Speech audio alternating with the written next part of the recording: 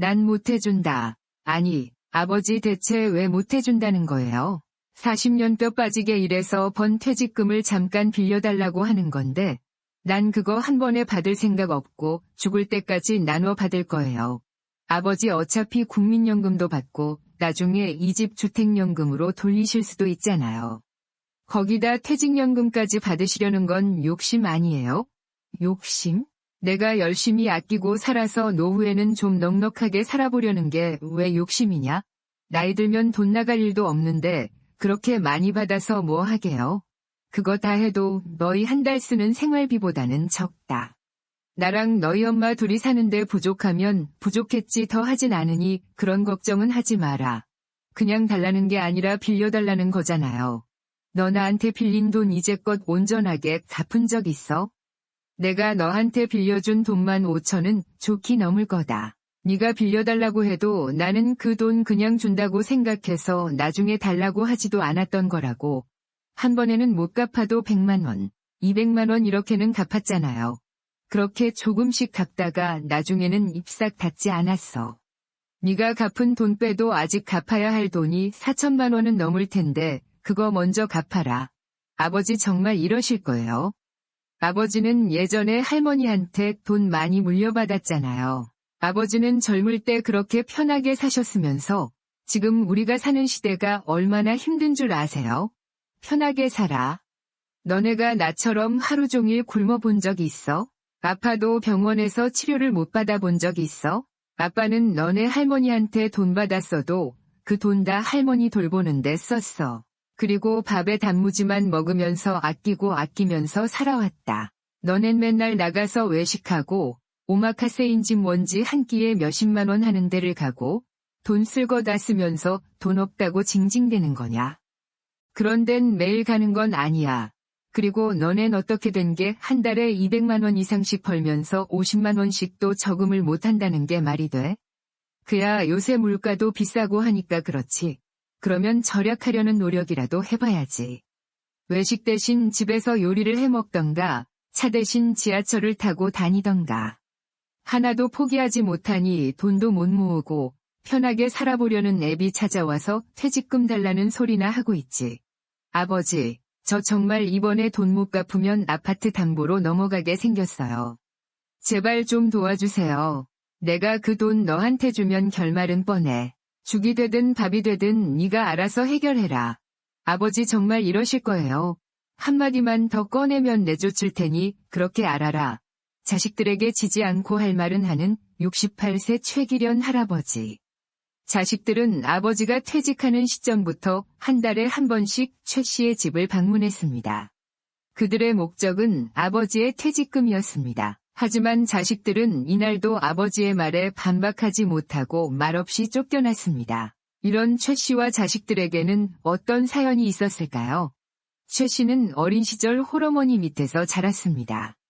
최 씨의 아버지는 일찍이 병으로 세상을 떠났고 어머니는 이남 이녀의 자식들을 홀로 키워야 했습니다.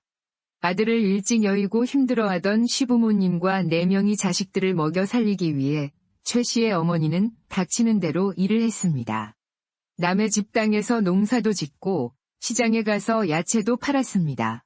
그러던 중 일을 잘하고 말도 잘하며 얼굴도 고왔던 최 씨의 어머니를 질투한 농장 주인의 딸이 어머니에게 누명을 씌워 더 이상 농사를 짓지 못하게 하고 쫓아냈습니다. 최 씨의 어머니는 곧바로 다른 일을 찾아야 했습니다. 당장 아이들이 학교에 진학해야 했고 시부모님은 날이 갈수록 노쇠해졌기 때문이었습니다. 최 씨의 어머니는 그렇게 거리에서 과자를 팔다가 달고나 장사를 시작했습니다. 당시 달고나 장사는 큰돈 없이 시작할 수 있는 작은 규모의 장사였고 돈이 많이 들지 않는다는 점이 최 씨의 어머니에게 매력적으로 다가왔습니다. 최 씨의 어머니는 너덜너덜한 상자와 함께 작은 국자에 설탕을 녹여 소다를 조금 넣어 숟가락으로 돌리며 달고나를 만들었습니다. 당시 불은 연탄불을 사용했고 주변에는 과자, 번데기, 솜사탕을 파는 사람들도 있었습니다. 여름이 되면 미숫가루를 만들어 팔기도 했습니다. 이런 음식들은 그 당시 불량식품으로 취급받아 기피하는 사람들도 있었지만 길거리에서 사랑받는 대표적인 먹거리이기도 했습니다.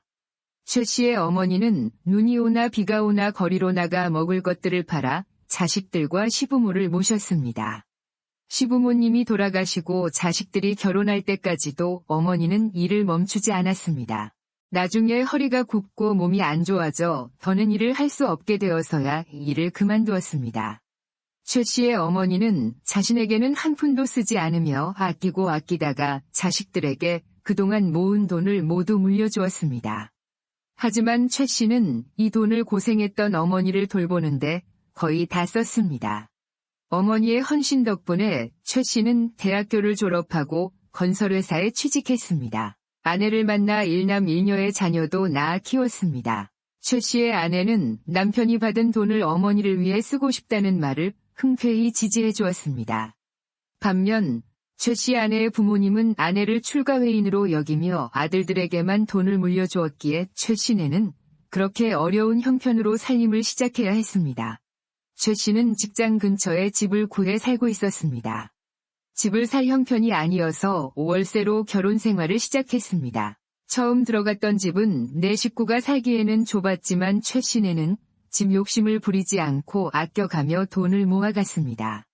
어머니처럼 최 씨도 자식들을 위해 헌신했습니다. 자식들은 최 씨의 지원 덕분에 대학을 졸업해 취직하고 결혼도 했습니다.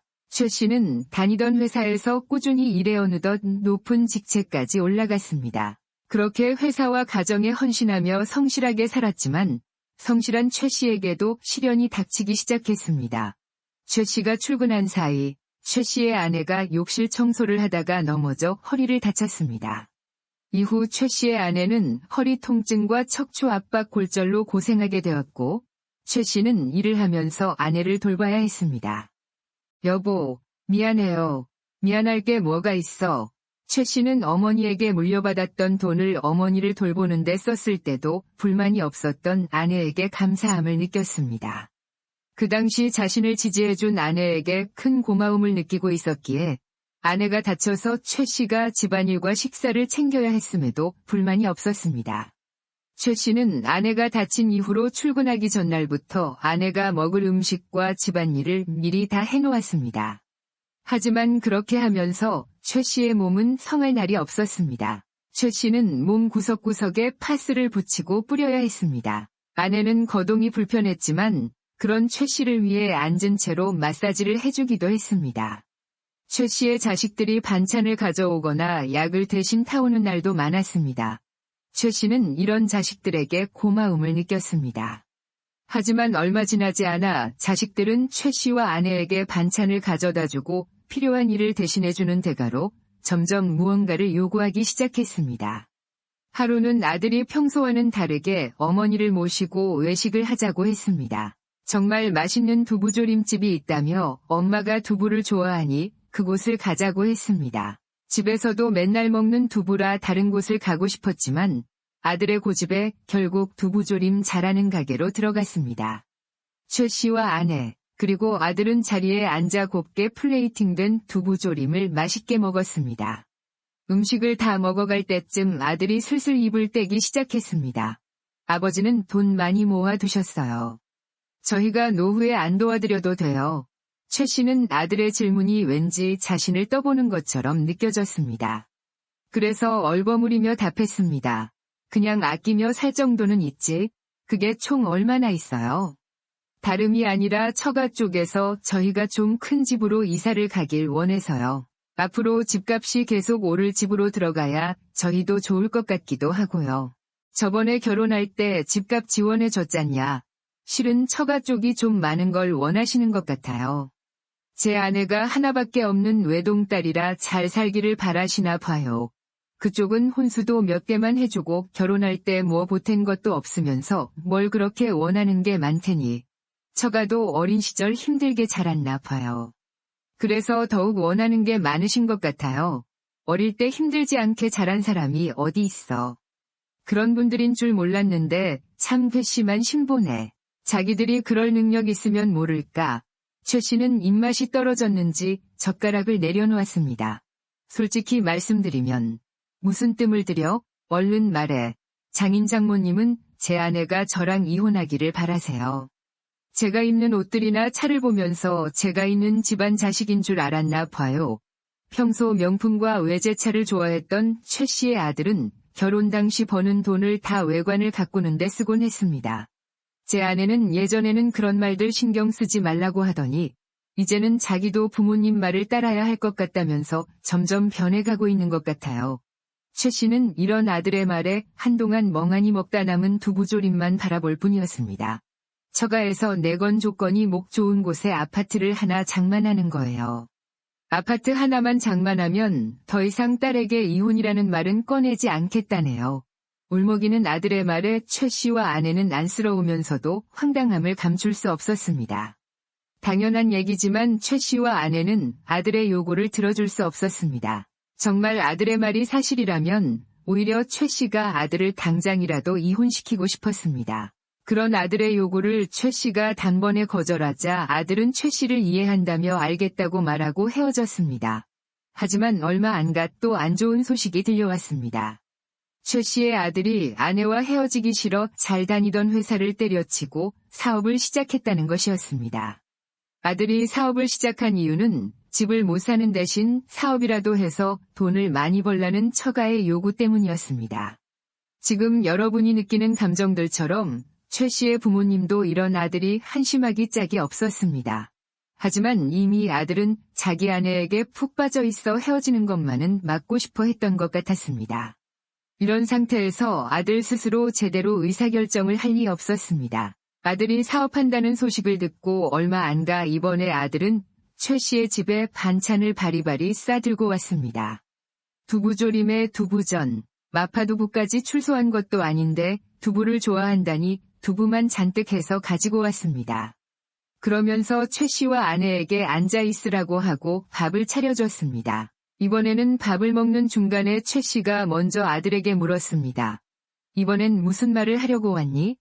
아들은 그런 최 씨의 말에 사례가 들렸는지 기침을 하며 물을 마시고 작심하듯 말을 꺼내기 시작했습니다. 아버지, 이제 은퇴할 시기가 얼마 안 남았죠. 제가 이번 사업을 꼭 성공해야 하는데 사업 자금이 필요해요. 정말 좋은 아이디어가 있어서 사업을 하고 싶은데 돈이 없으니까 아무것도 시작할 수가 없겠더라고요. 하지만 최 씨는 이미 알고 있었습니다. 아들은 아내와 헤어지지 않기 위해 짧은 시간 안에 성공해야 했고 그렇게 급하게 해서는 절대 사업을 성공할 수 없다는 사실을 말이죠. 최 씨는 이런 아들의 말을 듣고만 있다가 작심한 듯 말했습니다. 아들아, 그냥 이혼하는 게 어떻겠니? 그런 아버지의 말에 아들은 발끈했습니다. 이혼이라뇨? 아버지 어떻게 그렇게 말할 수가 있어요? 저는 지금 제 가정을 지키려고 목숨을 걸고 있다고요. 도와주실 거면 그냥 도와주기 싫다고 말씀하세요. 아버지, 어머니는 저를 사랑하는 거 맞아요? 이렇게 아들이 힘들어하는데 어떻게 그렇게 외면하실 수가 있어요?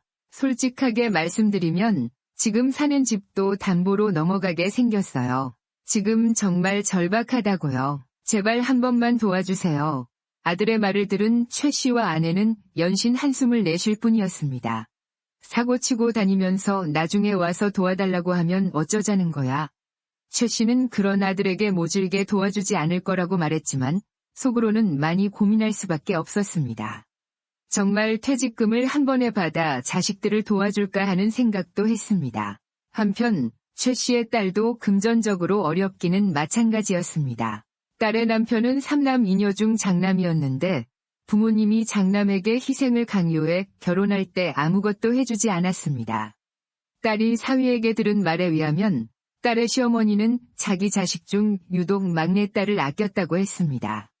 그래서 어릴 때 상대적으로 애정을 좀 덜 줬다는 이유로 재산도 막내딸에게 많이 주고 다른 형제들에게도 막내딸을 많이 도와달라고 했다고 합니다. 그래서 딸의 남편도 결혼할 때 아무것도 해오지 않았습니다. 하지만 이때만 해도 최 씨는 딸이 이제 성인이 됐으니 굳이 도와주지 않아도 조금씩 아껴가며 모아가면 된다고 생각했습니다.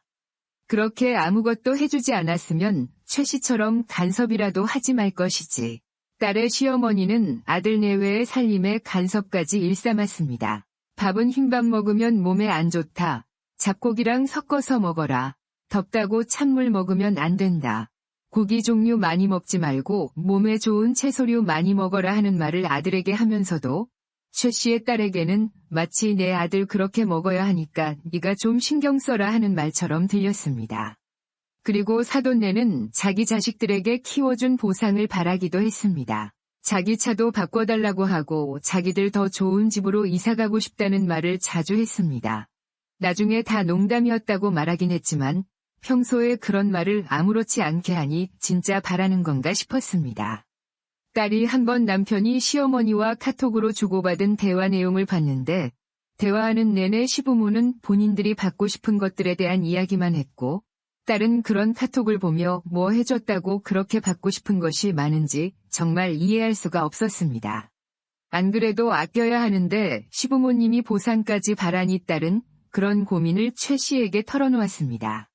이런 딸의 사정을 알았기 때문에 최 씨는 딸이 집에 올 때 항상 빈손으로 와도 이해했습니다. 돈 나갈 일이 이렇게 많은데 돈을 대체 언제 모을 수 있는 거야? 뭐에 그렇게 많이 쓰는데 아직 자식도 없잖아. 최 씨가 딸에게 역으로 물어봤습니다. 그야 먹을 거 먹고 시부모 챙기고 가끔 여행도 가고 옷도 사고 하면 진짜 남는 게 없어. 저금은 생각도 못하고 있어. 여행도 가고 옷도 사고 외식도 많이 하니까 저금을 못하는 거 아니야. 그거라도 해야 스트레스 풀리지. 안 그러면 진짜 못 버틸 것 같다. 이런 시대에 자식을 어떻게 낳아? 자식 낳으면 빚만 쌓여버릴 거야. 최 씨의 딸은 간호사로 교대 근무 일을 하고 있었습니다. 매번 일하고 집에 오고를 반복하다 보니 돈이라도 써야 스트레스가 풀린다는 것이었습니다. 최 씨는 그런 딸이 별로 이해가 가지 않았습니다. 딸은 외식을 즐겨 했고 또 매번 계절이 바뀔 때마다 옷을 구매하고 여행 가는 사진들을 자주 올리곤 했습니다. 최 씨가 보기엔 딸의 씀씀이가 문제였습니다. 그래서 말인데 아빠 모아놓은 돈 좀 없어? 그걸 그렇게 대놓고 물어보냐? 아니 집이라도 있어야 마음 편할 것 같은데 당장 가진 게 집 한 채도 없으니 마음이 불안하다고? 그때 모은 돈으로 작은 집을 사면 얼마나 좋을까요? 하지만 당신은 더 욕심이 나서 나중에 큰 집을 살 것이라고 생각해서 그 돈을 다른 곳에 사용했습니다. 그때는 당신이 모르잖아요. 최 씨는 아이들이 어른이 되어도 그들의 삶에 개입해야 할 때가 있다고 느꼈다. 시간이 흘러 최 씨가 은퇴할 시간이 됐다. 최 씨 회사는 최 씨의 정년이 늦어진 것을 위해 일을 하게 된 것은 최 씨가 나이가 많아도 여전히 일을 잘한다는 것을 알고 있었기 때문이다. 회사에는 아직 최 씨가 필요하지만 이제 최 씨는 아내와 함께 편히 쉬면서 남은 인생을 살고 싶다. 최 씨는 연금과 사회보험 혜택을 받고 자신이 살고 있는 집을 주택연금으로 전환할 수 있다면 아픈 아내를 돌보는데 문제가 없을 것이라고 생각했다. 하지만 의료비가 갑자기 늘어날 수 있기 때문에 최 씨는 혜택을 포기할 수 없다. 자녀를 어떻게 도울 수 있을지 고민되는 부분도 있지만 그러기 위해 최 씨는 일을 포기할 수 없다. 하지만 최 씨는 재택근무를 해야 했기 때문에 아르바이트는 좋은 선택이 아니었습니다. 최 씨는 건강하지만 노화를 피할 수는 없다. 최 씨의 아내는 늘 고향에서의 조용한 삶을 꿈꿨다. 최 씨는 고향이 벌레도 많고 병원도 많아서 거절했지만 아내가 그곳이 좋다고 해서 아내에게 부족하면 하겠다고 했다. 최 씨와 그의 아내가 가장 즐거워했던 것은 함께 달고나를 만드는 것이었습니다. 최 씨의 아내도 최 씨의 어머니가 어릴 적에 달고나를 팔았다는 사실을 알고 있었습니다. 어릴 적 최 씨는 학교를 끝내고 집에 가는 길에 어머니가 달고나를 만들거나 팔던 곳에 들러 어머니와 함께 달고나를 만드는 법을 배웠습니다. 최 씨는 자신의 아내를 위해 달고나를 만드는 기계와 재료를 사와 직접 만들며 어린 시절의 기쁨을 되새기곤 했습니다. 이와 같은 혼수를 위해 최 씨는 자신의 연금을 지켜야 했습니다. 어느 날 최 씨는 친구에게 퇴직금을 받아 자식들을 돕는 결정에 대해 이야기했습니다. 그의 친구는 퇴직금을 일시금으로 받은 적이 있었으며 이에 대해 후회하지 말라며 다음과 같이 말했습니다. 퇴직금을 한 번에 받는 건 정말 어리석은 짓이야. 무조건 죽을 때까지 나눠서 받아야 해. 나처럼 후회하지 말고 자식들이 항상 뭘 해달라 해도 거절할 때마다 마음이 아플 거야. 그냥 명확하게 못 해준다고 말해야 해. 돈이 있어도 그들의 뜻대로 하면 안 돼. 돈 다 써버리고 나서 효도한다는 사람은 드물어. 최 씨의 친구는 퇴직금을 받아 카페를 열었다가 2년 만에 그 돈을 모두 잃은 경험을 공유했습니다. 자식들은 그의 도움을 거부하고 그 후 아버지를 찾아오지 않았으며 친구는 그 경험을 후회하고 모든 것을 잃었다고 말했습니다. 그는 돈을 자식들에게 줬더라도 비슷한 결과를 경험했을 것이라고 덧붙였습니다. 최 씨의 친구도 최 씨와 같이 큰 것을 바라지 않고 아내와 함께 밥을 먹으며 자신의 집에서 평온히 죽는 것이 평생의 소원이라고 말했습니다. 그러나 그는 소중히 여기는 돈이 많지 않기 때문에 어린이가 요양원에 놓여 있을 것이라고 생각하고 소주 한 잔을 따르게 했습니다. 최 씨는 그의 말을 듣고 다시 한번 결심했습니다. 그렇게 최 씨는 현재 살던 집을 팔고 아내의 고향에 있는 시골집으로 이사했습니다.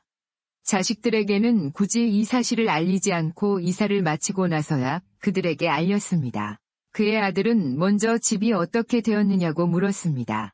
이 집 사는데 다 썼어. 그러면 퇴직금은요? 이미 연금으로 신청했어. 아니 아버지, 저희랑 상의도 없이 그 모든 것을 다 결정해버리시면 어떡해요? 내가 이걸 왜 너네랑 상의해야 하는 거야? 너는 나랑 상의해서 다니던 회사도 그만두고 사업한다고 했잖아.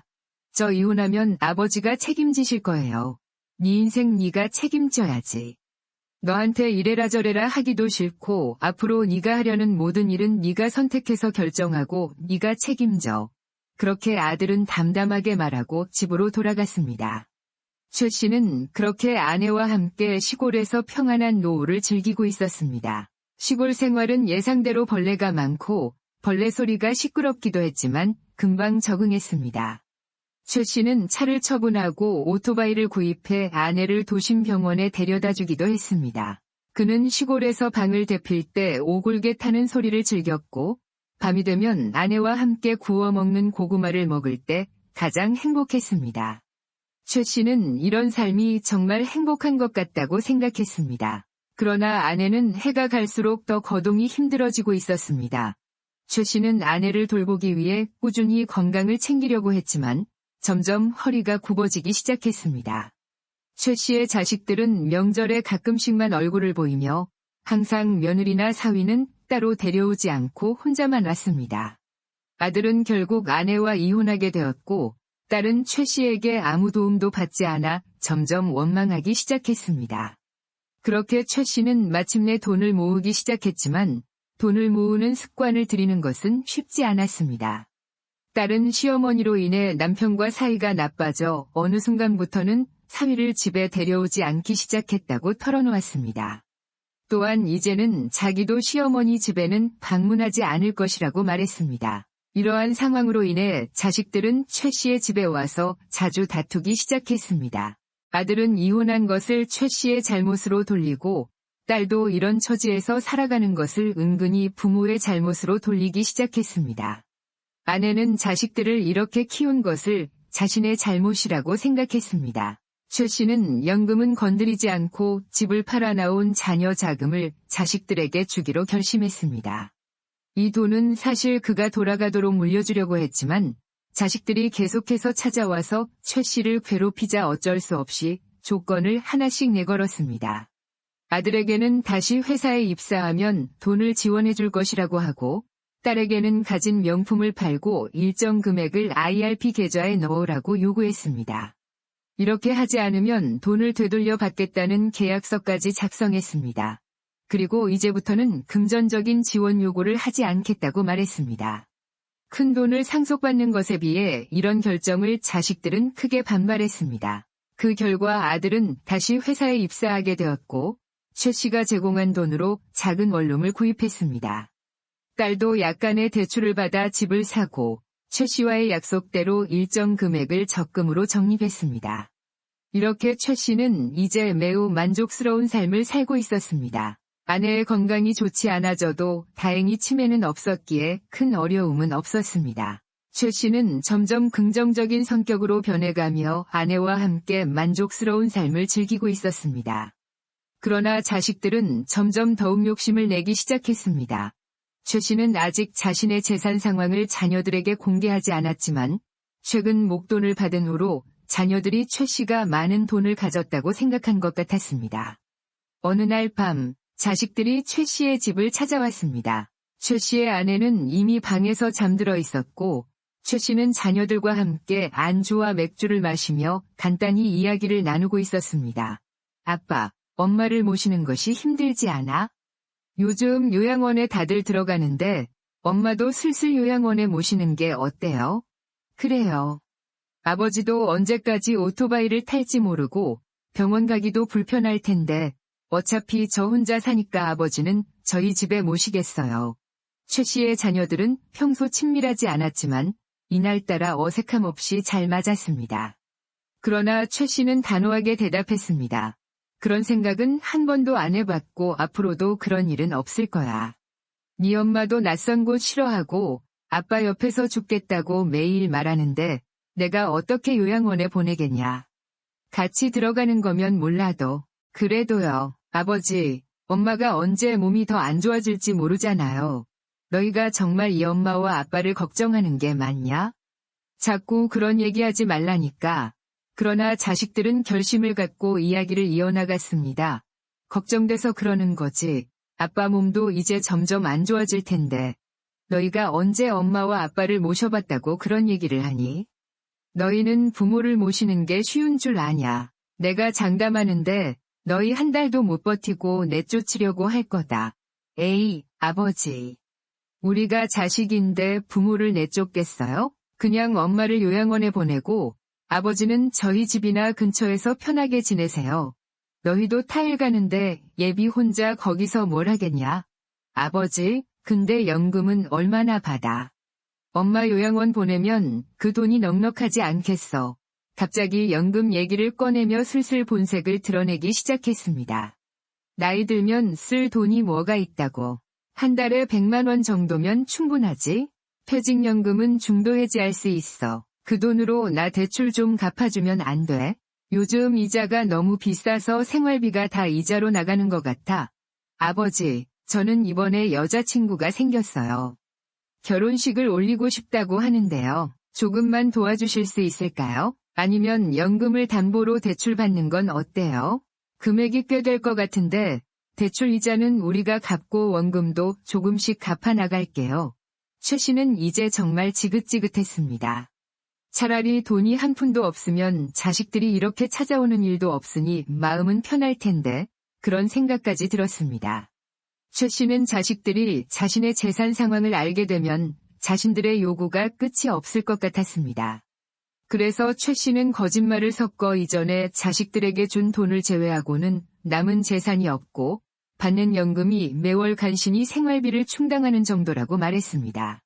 진짜 받는 연금을 말해준다면 그것도 욕심을 부릴 것이 분명했습니다. 술을 마신 후에 운전을 하냐는 자식들의 말도 채하지 않고 자식들을 내쫓았습니다.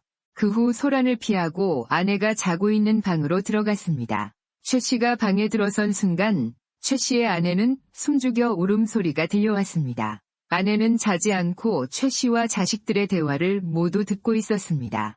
최 씨의 아내는 눈물 없는 사람이었습니다. 최 씨는 그런 아내의 눈물을 처음 보았기에 더욱 마음이 아팠습니다. 아내의 눈물에는 자식들에 대한 미움과 남편에 대한 고마움이 동시에 담겨 있었습니다. 최 씨는 그런 아내를 달랬습니다. 그리고 요양원에 들어갈 일은 결코 없을 거라고 말했습니다. 하지만 자식들 말대로 점점 최 씨도 몸이 나빠졌습니다. 오토바이를 언제까지 탈 수 있을지 모르겠던 최 씨는 아내에게 도심으로 이사 가자고 설득했습니다. 크지 않은 집이라도 청소하기가 힘들었기 때문에 최 씨는 고령자 복지주택이나 공공임대주택을 찾아보았습니다. 자격 요건이 엄격할 줄 알았지만 생각보다는 그리 까다롭지 않아 최 씨는 빠르게 적응할 수 있었습니다. 집은 작지만 충분하다 생각했습니다. 최 씨는 자식들에게 이사한 장소를 알리지 않았습니다. 아내가 자식들과 멀어지길 원했기 때문입니다. 자식들로부터 자주 연락이 왔지만 최 씨는 잠깐 인사 정도만 나누고 긴 대화는 피했습니다. 최 씨와 아내는 자식들에게 물려줄 돈을 다 쓰기로 결심했습니다. 그러나 이제 돈을 쓸 곳이 별로 없었습니다. 아픈 아내와 할 수 있는 것이 제한적이었습니다. 젊었을 때 여행을 가거나 좋은 레스토랑을 가보지 못한 것을 후회했습니다. 아내의 건강 상태는 악화되었고 병원에서는 노화 과정이라며 약밖에는 제공할 수 없다고 했습니다. 병원에서는 계속 입원해야 한다고 권장했지만 아내는 집에서 편안히 지내고 싶어 했습니다. 남편은 아내를 집에서 성심성의껏 돌봤습니다. 자식들보다 아내가 최 씨에게 더 소중했습니다. 그렇게 아내는 최 씨 곁에서 조용히 세상을 떠났습니다. 최 씨는 아내의 장례식을 조용히 치렀고 자식들을 부르지 않았습니다. 아내가 죽으면 자식들에게 부를 것을 금지했기 때문입니다. 최 씨는 남은 재산을 모두 아내의 이름으로 기부했습니다. 그리고 아내가 돌아가신 사실을 자식들이 알게 되자 자식들은 최 씨에게 화를 내기 시작했습니다. 아버지, 어떻게 엄마가 돌아가셨는데 우리한테 말도 없이. 그게 어머니의 부탁이에요. 그 이후로 우리 엄마는 너희들을 다시는 보고 싶지 않았다. 엄마가 그러는 건 너희들이 평소처럼 잘 살지 못해서 그런 거야. 네가 늙지 않을 거라고 생각했고 나처럼 걷지 못하는 날이 올 거라고는 생각도 못했어. 엄마는 당신이 요양원에 데려가고 싶다는 당신의 말을 듣고 그날부터 당신에게 마음을 닫으셨습니다. 어머니 앞에서 너희들을 응원했지만 별 효과가 없었다. 너의 일상적인 행동이 아니라 그날 네가 한 말 때문에 어머니가 그걸 느끼셨구나. 당신의 어머니는 살아계실 때 당신에게 다리 경색을 주셨습니다. 나는 당신이 자신의 삶으로 바쁘다는 것을 알고 있으며 그것은 당신의 결정입니다. 저번에도 말씀드렸지만 앞으로는 각자의 행동에 책임을 지시기 바랍니다. 돌아가실 때까지 어머니를 후회하며 살아가시기를 바라겠습니다. 그래서 장례식은 최 씨가 자녀들에게 마지막 작별 인사를 한 날이었다. 전화번호도 바꿨고 사는 곳에 대한 소식도 없어 최 씨의 자녀들은 소식을 접할 수 없다. 최 씨는 자신이 살았던 곳에서 계속 살고 있으며 항상 할머니를 기억합니다. 어느 날 최 씨는 길을 가다가 케이크를 파는 곳을 발견했다. 이것 하나 해보고 싶은데 괜찮을까요? 장사하던 분은 노인이 왜 이런 것을 하냐고 물었지만 최 씨는 열심히 바늘로 별 모양의 달고나를 만들어냈습니다. 우리 어머니가 예전에 달고나 장사를 하셨거든요. 아내랑 집에서 할 일 없을 때 이것 하면서 놀았는데 이제 아내가 없으니 해볼 일이 없었어요. 오랜만에 하니까 재미있네요. 최 씨는 그렇게 별 모양의 달고나를 쉽게 완성하고 자리를 떠났습니다. 여러분은 이런 최 씨의 이야기를 어떻게 들으셨나요? 최 씨는 끝까지 받은 연금과 재산을 자식들에게 알려주지 않았고 자식들이 어려움을 호소해도 재산을 지켰습니다. 부모님 중 자식들이 어려워할 때 도와주는 분들도 많이 계실 겁니다. 하지만 자식들이 어려워하니까 단순히 도와주기보다는 좋지 않은 결과가 나올 수도 있습니다. 특히 최 씨의 아들처럼 갑자기 사업을 하겠다고 지원을 요청했을 때 무작정 지원해버리면 자식에게나 부모에게 최악의 결과를 초래할 수도 있습니다. 이런 일을 방지하기 위해 자식들이 재산에 대해 물어봤을 때 답하지 않거나 돈이 별로 없다고 말하는 것이 좋을 것 같습니다. 때로는 부모님 중 자식들에게 자랑스럽다는 인정을 받기 위해 재산이 얼마나 있는지 말하기도 합니다. 물론 자식들이 부모님을 걱정할 필요는 없다고 안심시켜 줄 수 있지만 굳이 그 질문에 대답할 필요는 없는 것 같습니다. 많은 어르신들이 말씀하시듯 나이가 들면서 가장 중요한 것은 돈과 건강입니다. 우리 부모님들이 노후에 이 두 가지를 잘 지켜주셨으면 좋겠습니다. 오늘 영상은 이만 마치겠습니다. 모든 구독자분들의 행복한 여생을 응원합니다. 다음에 더 좋은 내용으로 찾아뵙겠습니다. 감사합니다.